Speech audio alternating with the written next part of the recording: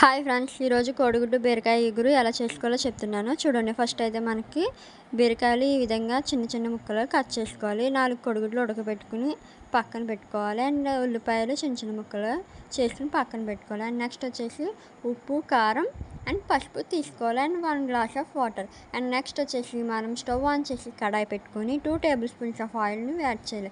Oil బాగా heat అయిన తర్వాత 4 కోడిగుడ్లు దానిపైన చిటికెడు పసుపు చల్లి బాగా ఫ్రై చేసుకోవాలి. అవి బాగా ఫ్రై అయిన తర్వాత వేరే ప్లేట్లోకి షిఫ్ట్ చేసుకుని అదే ఆయిల్లో మనం చిన్న చిన్నగా ముక్కలుగా కట్ చేసుకుని పెట్టుకున్నటువంటి ఉల్లిపాయలను కూడా యాడ్ చేసి బాగా మగ్గించుకోవాలి.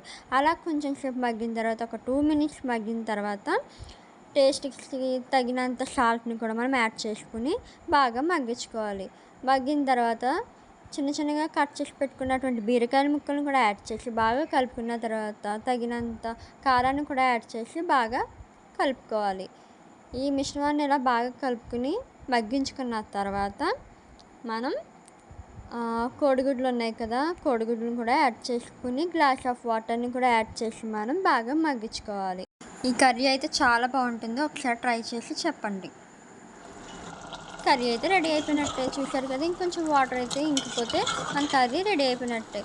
మీకు ఈ వీడియో నచ్చినట్లయితే please subscribe to my channel Surekha from Godavari. And thanks for watching. Bye bye.